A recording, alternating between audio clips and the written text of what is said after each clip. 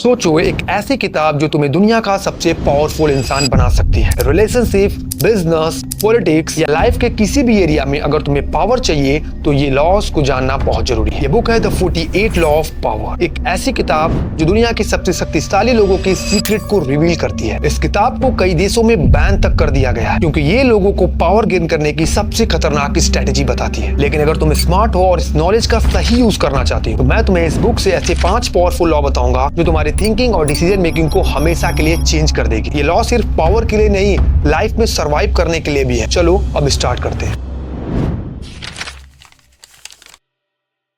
सोचो तुम अपनी कंपनी में बेस्ट परफॉर्म कर रहे हैं। तुम्हारी स्किल्स, तुम्हारे आइडियाज तुम्हारे बॉस से कई गुना बेटर दिखाई दे रहे हैं और तुम्हें लगता है कि तुम्हारा प्रमोशन होगा। पर होता क्या है, तुम्हारा बॉस तुमसे इनसिक्योर फील करना चालू कर देता है और धीरे धीरे तुम्हें इग्नोर करना चालू कर देता है। आखिर में या तो तुम्हारी ग्रोथ रुक जाती है या तुम्हें कंपनी से निकाल दिया जाता है। क्यों? क्योंकि तुमने एक बहुत बड़ी गलती की है, अपने सुपीरियर से ज्यादा स्मार्ट दिखने की कोशिश। साइकोलॉजी में ये चीज बहुत अच्छी तरीके से बताई गई है। ह्यूमन अपने पोजीशन और पावर को प्रोटेक्ट करता है। अगर तुम अपने बॉस या सुपीरियर से ज्यादा स्मार्ट दिखने लगती हो तो वो तुम्हें उस पोजीशन से हटाने की कोशिश करेंगे। ये आज से नहीं, ये हिस्ट्री से होता चला आ रहा है। नेपोलियन का एक मिनिस्टर था जिसका नाम था ट्रेलीलैंड। वो अपनी चालाकी को छुपा कर रखता था। उसने अपने सुपीरियर को कभी इनसिक्योर फील कराया ही नहीं और इसीलिए नेपोलियन उस पर सबसे ज्यादा भरोसा करता था। जब लोग अपनी अक्लमंदी दिखाने की वजह से अपने पावर को लूज कर रहे थे तब ट्रेलीलैंड चुपचाप अपनी पोजीशन को और पावरफुल बना रहा था। इसीलिए हमेशा अपने सुपीरियर का ईगो का ध्यान रखो। उनसे कमजोर दिखने की कोशिश करो। अगर तुम उनसे कमजोर दिखने की कोशिश करोगे तब वो तुम्हें अपना एसेट समझेंगे और तुम्हें फिर सपोर्ट करेंगे और तुम उस सपोर्ट को फायदा उठाकर तुम अपने लाइफ में आगे बढ़ो।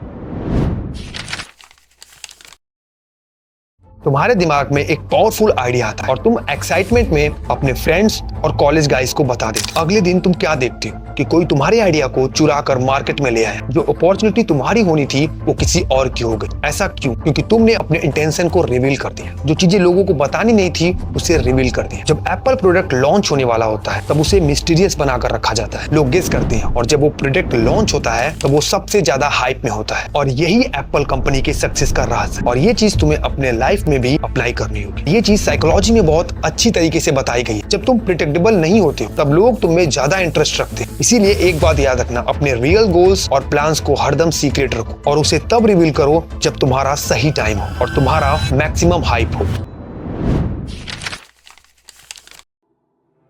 एक मीटिंग चल रही है और तुम्हारे सामने एक इंपॉर्टेंट क्लाइंट बैठा है और तुम अपनी प्रेजेंटेशन स्टार्ट करते हो और एक्साइटमेंट में ज्यादा बोलने लगते हो और तुम्हारा क्लाइंट कंफ्यूज हो जाता है और डील वहीं कैंसिल हो जाती है क्योंकि तुमने अननेसेसरी बातें बोल दी हैं जो सिचुएशन के खिलाफ चली गई। अगर तुम बहुत बड़े इंटरव्यूज देखते हो जिसमें बड़े बड़े लोग होते हैं वो हमेशा प्रिसाइज और लिमिटेड वर्ड का यूज करते हैं जिससे उनकी बातें बहुत इम्पैक्टफुल और पावरफुल लगती है। जब लोग कैलकुलेटेड और थॉटफुल बातें बोलते हैं तो उनकी बात बहुत पावरफुल होती है। कम बोलने से तुम्हारा इंप्रेशन स्ट्रॉन्ग होता है और ये चीज साइकोलॉजी बहुत अच्छी तरीके से बता रही है। तुम्हें हमेशा इस चीज का ध्यान रखना है। कम शब्दों में इम्पैक्टफुल बातें बोलो। ज्यादातर लोग बहस कर प्रूफ करना चाहते हैं कि वो सही है, लेकिन कभी ऐसा हुआ है कि तुम बहस कर वो बातें उनसे प्रूफ करा लो?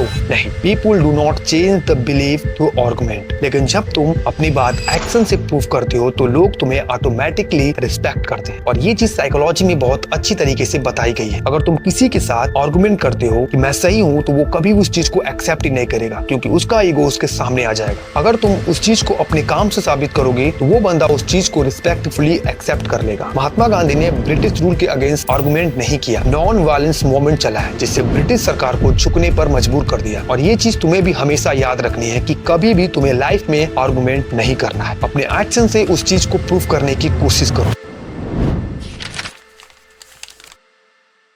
एक बार तुम्हारी रेपुटेशन खराब हो गई तो लोग तुम पर ट्रस्ट नहीं करेंगे क्योंकि रेपुटेशन बनने में कई साल लग जाते हैं। एक गलती से ये रेपुटेशन खराब हो जाती है और ये चीज साइकोलॉजी में बहुत अच्छी तरीके से समझाया गया है। लोग हमेशा तुम्हारे रेपुटेशन से तुम्हें जज करेंगे। अगर तुम्हारा नाम अच्छा है तो लोग तुम पर ट्रस्ट करेंगे, तुम्हें रिस्पेक्ट देंगे। लेकिन अगर एक बार तुम्हारा नाम खराब हो गया तो लोग तुमसे दूर हो जाएंगे, चाहे तुम सही हो या गलत, उन्हें फर्क नहीं पड़ता। ये समझ के चलो कि रेपुटेशन एक इनविजिबल शील्ड है जो तुम्हारे अगल बगल घूम रही है। अगर ये एक बार भी टूट गई तो तुम्हारी लाइफ प्रॉपरली बर्बाद हो सकती है। जो तुम्हारी वैल्यू और तुम्हारे इमेज को प्रोटेक्ट करती रहती है। एक बड़ा इंसान है जिसकी वैल्यू बहुत बड़ी है, लेकिन अगर वो एक गलती करता है और उसकी रेपुटेशन खराब हो जाती है तो लोग उस पर रिस्पेक्ट तक नहीं करते। इसीलिए हमेशा याद रखना, अपने नाम और अपने इमेज को ध्यान रखना। अगर तुम्हारी कोई रेपुटेशन खराब करने की कोशिश कर रहा है तो उसकी तुरंत सोल्यूशन निकालो, क्योंकि लोग तुम्हारे पे ट्रस्ट करते हैं और ये ट्रस्ट टूट जाएगा तो तुम बर्बाद हो जाओगे। ये 5 लॉस पावर के रूल नहीं है, बल्कि सर्वाइव और सक्सेस के रूल्स भी है। अगर तुम इसे समझकर अप्लाई करो तो तुम्हारे सक्सेस के चांस कई गुना बढ़ जाएंगे और तुम कई लोगों से बहुत आगे निकल जाओगे। अगर तुम्हें ये वीडियो अच्छी लगी है तो लाइक और शेयर कर देना। अगर तुम चाहते हो कि बचे जो 43 लॉज हैं